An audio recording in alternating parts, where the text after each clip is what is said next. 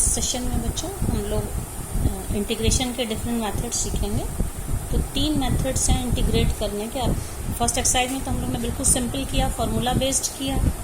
अब जब थोड़े फंक्शंस को कॉम्प्लिकेटेड होने लगते हैं तो हमको कुछ डिफरेंट उसके तरीके अपनाने पड़ते हैं, जिसमें सब 3 मेथड्स हैं। सबसे पहला है इंटीग्रेशन बाय सब्स्टिट्यूशन, जिसको कि प्रतिस्थापन द्वारा कहते हैं। दूसरा इंटीग्रेशन बाय पार्शियल फ्रैक्शन, मतलब आंशिक बिंदु में बदल के तब करते हैं। और तीसरा है इंटीग्रेशन बाय पार्ट्स, जिसको कि हिंदी में कहते हैं खंडशः समाकलन। इसमें से सबसे पहले हम लोग इस सेशन में सीखेंगे इंटीग्रेशन बाय सब्स्टिट्यूशन, प्रतिस्थापन। तो इसमें हम लोग जो फंक्शन रहता है उसको हम कुछ इस तरह से हम उसको उसकी कुछ वैल्यू को हम प्रतिस्थापित करेंगे दूसरे फंक्शन से। इस तरह से करेंगे कि उसका डिफरेंशिएशन, मतलब कि अवकलन भी वहीं मौजूद हो।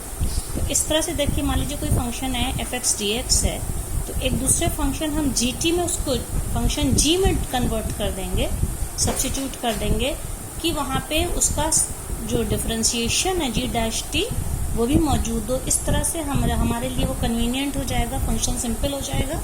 हम उसे इंटीग्रेट कर लेंगे और वापस जो हमने सब्स्टिट्यूशन में जो वैल्यू रखी थी फिर से उसमें चेंज कर देंगे। तो इसमें सबसे पहला आप देखिए, जैसे बच्चों लेते हैं suppose i is equals to sign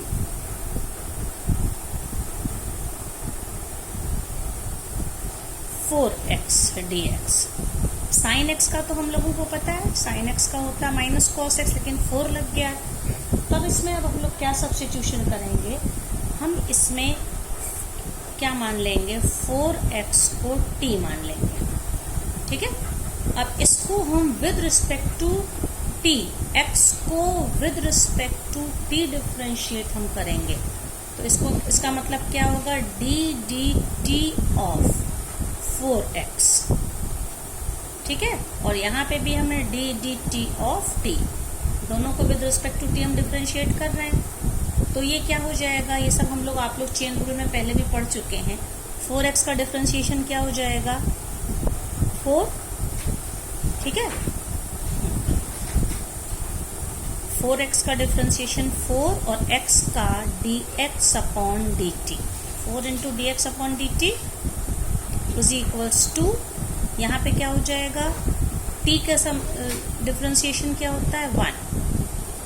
with respect to t क्या हो गया, 1। अब हम इसको देखिए, वे ऑफ राइटिंग क्या हो सकता है, 4 dx is equals to dt। ठीक है, तो इसका क्या मतलब है कि dx की वैल्यू क्या हो गई, 1/4 dt। तो अब देखिए, जो हमारा फंक्शन i था साइन 4x dx, तो 4x को हम क्या मान लें, सब्स्टिट्यूशन हमारा क्या है, 4x की जगह पे हम क्या लिख देंगे, साइन t। और dx की वैल्यू क्या है, dx की वैल्यू क्या है, देखिए 1/4 dt ये है। तो जो कि सॉल्व होने पे क्या हो जाएगा बच्चों, 1/4 कांस्टेंट है, 1/4 साइन t dt। तो जो हमारा फंक्शन था साइन 4x dx, वो किस में चेंज हो गया, साइन t dt में।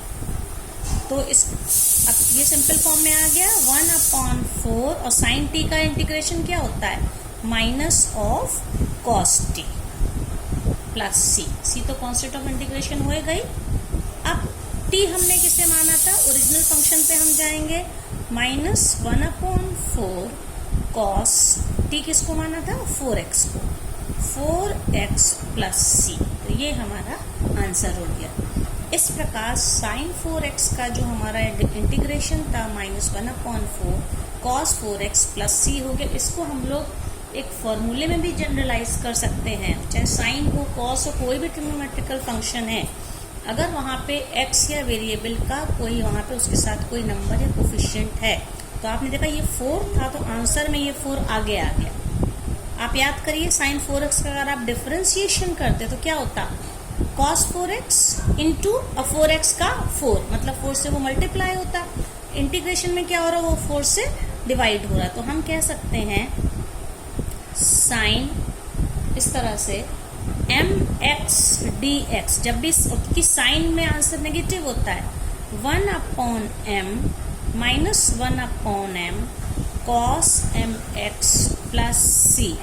इसी तरह से मान लीजिए मैंने cos में अगर बोल दिया cos nx dx तो क्या हो जाएगा 1/n cos का इंटीग्रेशन प्लस sin x होता है sin nx प्लस c। इस तरह से हम इसको फॉर्मूले फॉर्म में भी कर सकते हैं।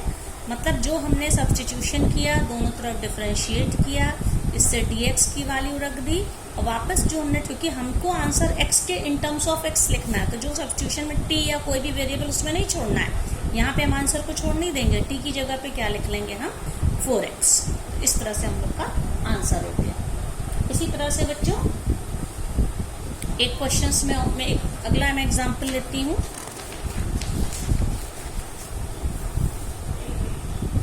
जैसे ये है, देखिए 2x साइन x² प्लस 1 ये है, और dx तो लगाना होगा क्योंकि यहाँ पे वेरिएबल हमारा x है। तो अब यहाँ पे देखिए सब्स्टिट्यूशन क्या हम ले सकते हैं। यहाँ पे हम अगर हम x² प्लस 1 को t माने, ठीक है, अब हम दोनों तरफ डिफरेंशिएट करेंगे विद रिस्पेक्ट टू t, तो 2x का क्या हो जाएगा, x² का हो जाएगा 2x, ये हो जाएगा 2x dx अपॉन dt, और 1 का differentiation 0 is equals to t का differentiation with respect to t क्या होगा 1, तो 2x dx is equals to dt, ठीक है।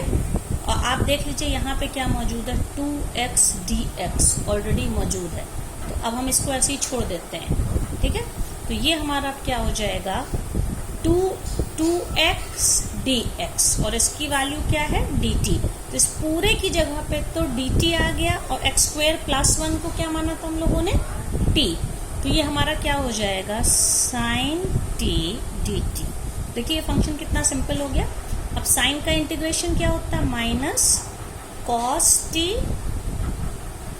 प्लस c, और t किसको माना था cos t हमारा था x² प्लस 1, तो क्या हो जाएगा cos x² plus 1 plus c। इस तरह से हम लोग इंटीग्रेट करके इसको लिख सकते हैं। एक एग्जाम्पल अब मैं और ले रही हूँ बच्चों, ये है tan की 4th पावर है, ये √x sec² √x dx, ठीक है, x की जगह पे √x है, तो और इसमें अपॉन में भी है, क्वेश्चन में ये √x है।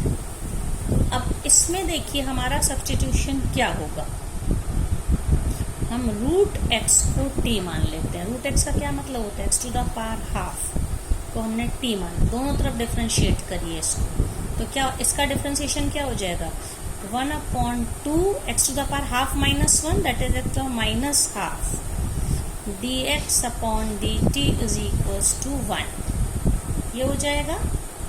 तो और इसको x⁻⁻½ को क्या लिख सकते हैं 1/√x dx upon dt is equals to 2, तो d और इस dt को इधर शिफ्ट कर देंगे। जस्ट ये वे ऑफ राइटिंग बस है और कुछ लिखने का तरीका, आगे क्वेश्चन हम लोग डायरेक्ट ये काम किया करेंगे कि इस dt को यहाँ ना लिखकर सीधे सीधे हम यहीं पे लिखा करेंगे आगे के क्वेश्चंस में, ठीक है। तो dx upon √x is equals to 2 dt, ठीक है। तो अब ये क्या हो जाएगा, अब जब हम इसको यहाँ पे करेंगे सॉल्व करेंगे तो ये हो जाएगा, वैल्यू रखिए यहाँ पे tan to the power 4 √x को क्या माना है t sec² t, और dx अपॉन √x की क्या वैल्यू है, इट इज 2 dt, ठीक है। तो ये क्या हो जाएगा, अब देखिए बच्चों उसके बाद यहाँ पे हम 2 को बाहर निकाल लेते हैं। अब हम एक सब्स्टिट्यूशन फिर से यहाँ पे कर सकते हैं। अब हम क्या मानेंगे इसको, मान लीजिए हमने यहाँ पे sec² को, यहाँ पे हम tan को ले लेते हैं। tan t को हमने क्या मान लिया tan t को मान लिया u। अब फिर से दोनों तरफ विद रिस्पेक्ट टू हम अब विद रिस्पेक्ट टू u हम डिफरेंशिएट करें। जैसे रूट x को t माना था, दोनों तरफ with respect to t differentiate किया था, tan t को u मान लिया, तो विद रिस्पेक्ट टू u करेंगे तो tan t का क्या होता है sec स्क्वायर t, फिर du by dt, du by dt को हम उधर लिख, क्योंकि हम बाद में हर बार हमको राइट साइड उसको भेजना पड़ता ही है। u का डिफरेंशिएशन क्या होगा 1 इंटू dt, ठीक है। ये du बाय dt हमने किया, t को विद रिस्पेक्ट टू हम लोगों ने u डिफरेंशिएट करेंगे तो du बाय dt, ठीक है। तो अब ये क्या हो जाएगा, देखिए sec स्क्वायर t और dt,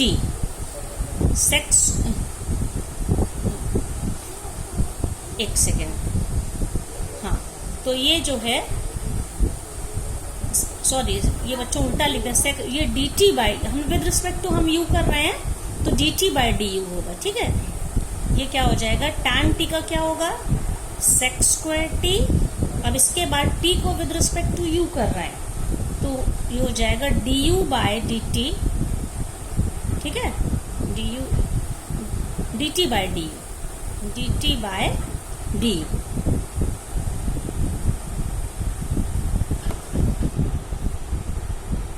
तो अब देखिए इसमें sec स्क्वायर t dt, इसकी वैल्यू क्या है du, 2 तो बाहर निकाल दिया और t को क्या माना है मैंने, t को यहाँ पे tan t को मैंने क्या माना है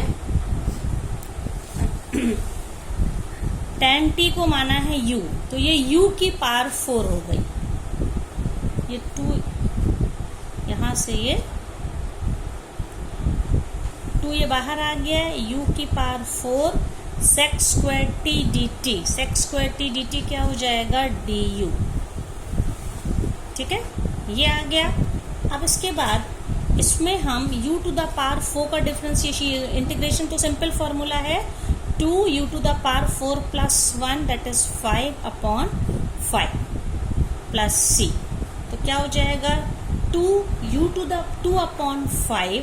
अब u किसको माना था, u हमारा था tan t, मतलब कि क्या हो जाएगा ये tan u की जगह पे tan t लिखेंगे, tan t to the power 5 plus c, ठीक है। अब इसके बाद ये हो जाएगा 2/5, ट्रिग्नोमेट्री में ये जो पावर है 10 to the power 5t plus c, और t ओरिजिनली t किसको माना था, देखिए बच्चों t था रूट x, तो क्या हो जाएगा 2/5 tan 5 root x plus c। तो हमने सब्स्टिट्यूशन को यहाँ पे 2 बार यूज करके इस फंक्शन का ये आंसर निकाल लिया।